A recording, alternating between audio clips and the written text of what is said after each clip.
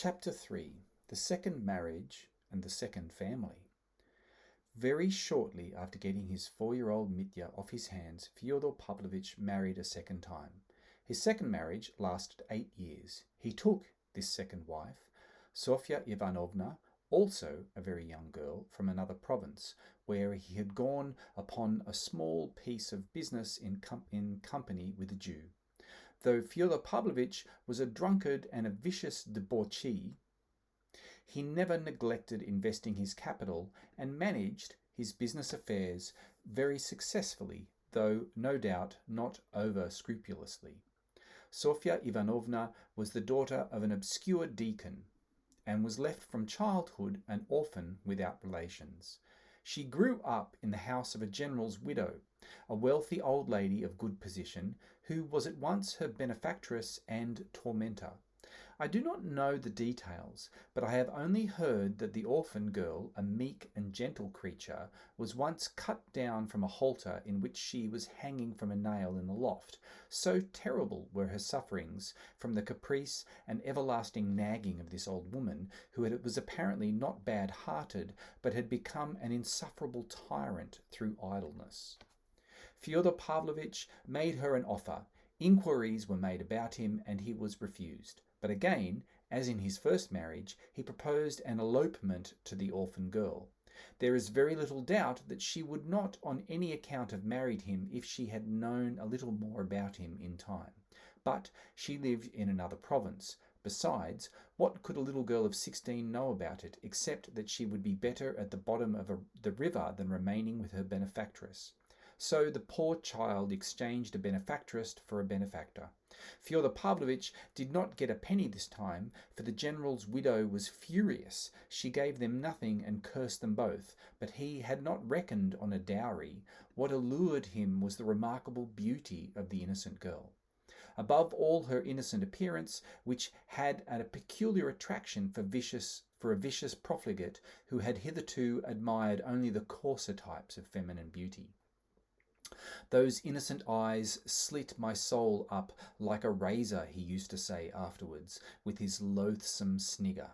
In a man so depraved this might, of course, mean no more than sensual attraction, as he had received no dowry with his wife, and had, so to speak, taken her from the halter. He did not stand on ceremony with her, making her feel that she had wronged him. He took advantage of her phenomenal meekness and submissiveness to trample on the elementary decencies of a marriage. He gathered loose women into his house and carried on orgies of debauchery in his wife's presence. To show what a pass things had come to, I may mention that Grigory, the gloomy, stupid, obstinate, argumentative servant, who had always hated his first mistress, Adelaida Ivanovna, took the side of his new mistress. He championed her cause, abusing Fyodor Pavlovich in a manner little befitting a servant, and on one occasion broke up the revels and drove all the disorderly women out of the house. In the end, this unhappy young woman, kept in terror from her childhood, fell into that kind of nervous disease which is most frequently found in peasant women, who are said to be possessed by devils. At times, after terrible fits of hysterics, she even lost her reason. Yet she bore Fyodor Pavlovich 2 sons, Ivan and Alexei, the eldest in the first year of marriage and the second 3 years later. When she died, little Alexei was in his 4th year, and strange as it seems, I know that he remembered his mother all his life, like a dream, of course. At her death, almost exactly the same thing happened to the 2 little boys as to their elder brother Mitya. They were completely forgotten and abandoned by their father. They were looked after by the same Grigory who lived in the cottage, where they were found by the tyrannical old lady who had brought up their mother. She was still alive and had not, all those 8 years, forgotten the insult done to her. All that time she was obtaining exact information as to her Sofya's manner of life, and hearing of her illness and hideous surroundings, she declared aloud 2 or 3 times to her retainers, "It serves her right. God has punished her for her ingratitude." Exactly 3 months after Sofya Ivanovna's death, the general's widow suddenly appeared in our town, and went straight to Fyodor Pavlovich's house. She spent only half an hour in the town, but she did a great deal. It was evening. Fyodor Pavlovitch, whom she had not seen for those 8 years, came in to her drunk. The story is that instantly upon seeing him, without any sort of explanation, she gave him 2 good resounding slaps on the face, seized him by the tuft of hair, and shook him 3 times up and down. Then, without a word, she went straight to the cottage to see the boys. Seeing at the first glance that they were unwashed and in dirty linen, she promptly gave Grigory too a box on the ear, and announcing that she would carry off both the children, she wrapped them just as they were in a rug and put them in the carriage and drove off to her own town. Grigory accepted the blow like a devoted slave, without a word, and when he escorted the old lady to her carriage, he made her a low bow and pronounced impressively that God would repay her for the orphans. You are a blockhead all the same, the old lady shouted to him as she drove away. Fyodor Pavlovitch, thinking it over, decided that it was a good thing and did not refuse the general's widow his formal consent to any proposition in regard to his children's education. As for the slaps she had given him, he drove all over town telling the story.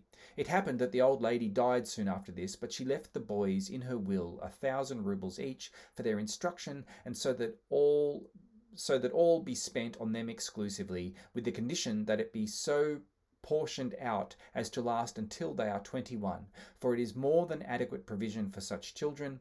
If other people think fit to throw away their money, let them. I have not read the will myself, but I heard there was something queer of the sort, very whimsical expressed. The principal heir, Yefim Petrovich Polenov, the marshal of nobility of the province, turned out, however, to be an honest man. Writing to Fyodor Pavlovitch and discerning at once that he could extract nothing from him for his children's education, though the latter never directly refused, but only procrastinated, as he always did in such cases, and was indeed at times effusively sentimental, Yefim Petrovich took a personal interest in the orphans. He became especially fond of the younger Alexei, who lived for a long while as one of his family. I beg the reader to note this from the beginning, and to Yefim Petrovich, a man of generosity and humanity rarely to be met with, the young people were more indebted for their education and bringing up than to anyone. He kept the 2,000 rubles left to them by the general's widows intact, so that by the time they came of age their portions had been doubled by the accumulation of interest.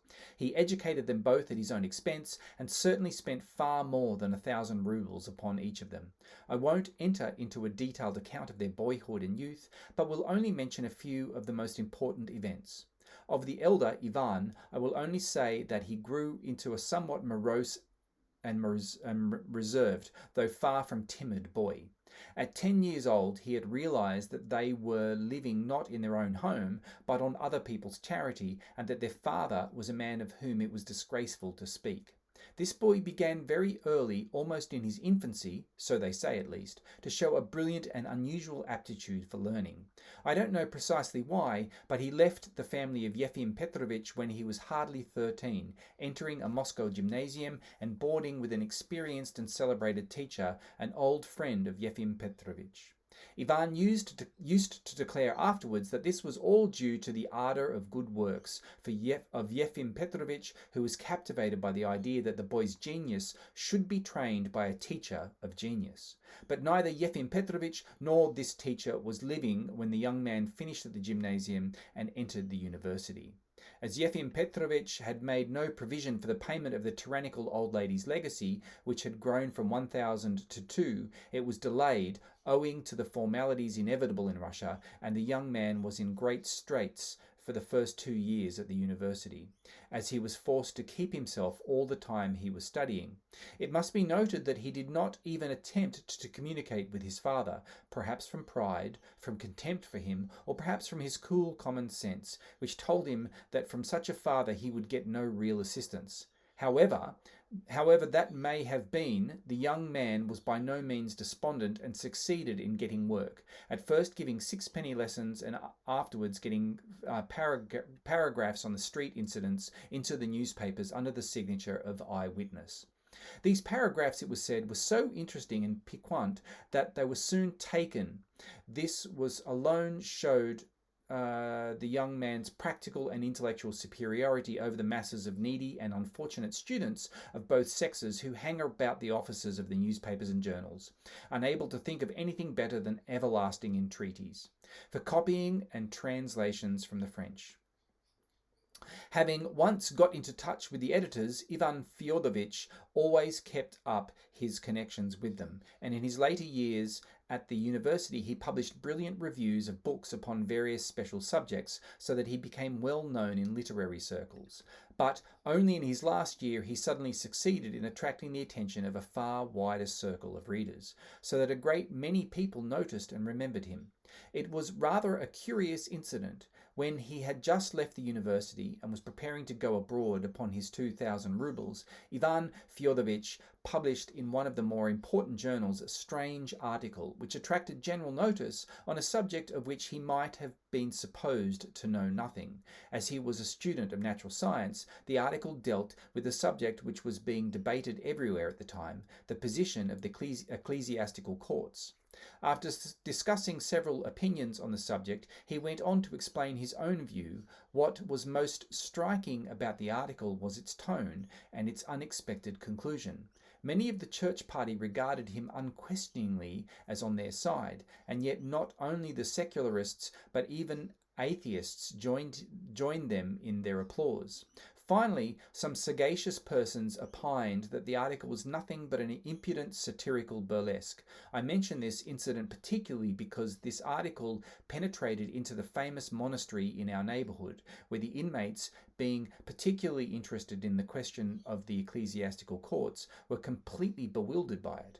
Learning the author's name, they were interested in his being a native of the town and the son of that Fyodor Pavlovich, and just then it was that the author himself made his appearance among us.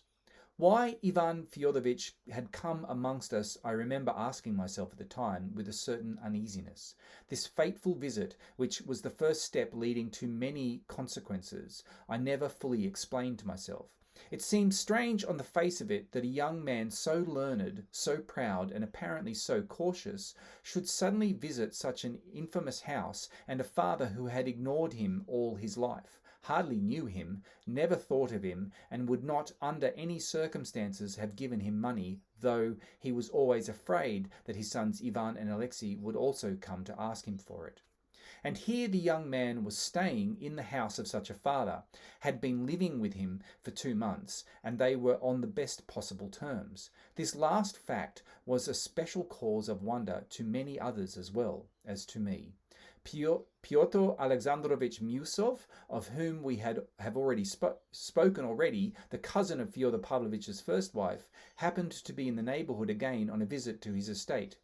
He had come from Paris, which was his permanent home. I remember that he was more surprised than anyone when he made the acquaintance of the young man, who interested him extremely, and with whom he sometimes argued, and not without an inner pang compared himself in acquirements.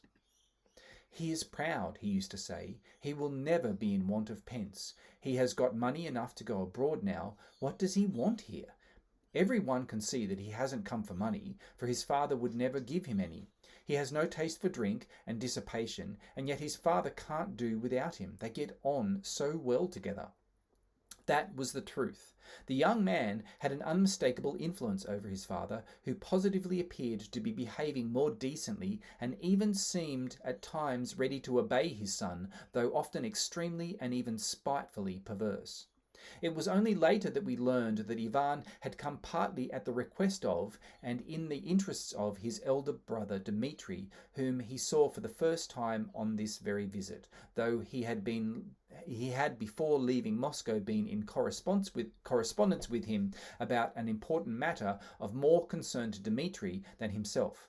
What that business was, the reader will learn fully in due time. Yet, even when I did know of this special circumstance, I still felt Ivan Fyodorich to be an enigmatic figure, and thought his visit rather mysterious. I may add that Ivan appeared at the time in the light of a mediator between his father and his elder brother Dmitri, who was in open quarrel with his father, and even planning to bring an action against him. The family, I repeat, was now united for the first time, and some of its members met for the first time in their lives. The younger brother Alexei had been a year already among us, having been the first of the three to arrive. It is of that brother Alexei I find it most difficult to speak in this introduction. Yet I must give some preliminary account of him, if only to explain one queer fact, which is that I have to introduce my hero to the reader wearing the cassock of a novice. Yes, he had been for the last year in our monastery, and seemed willing to be cloistered there for the rest of his life.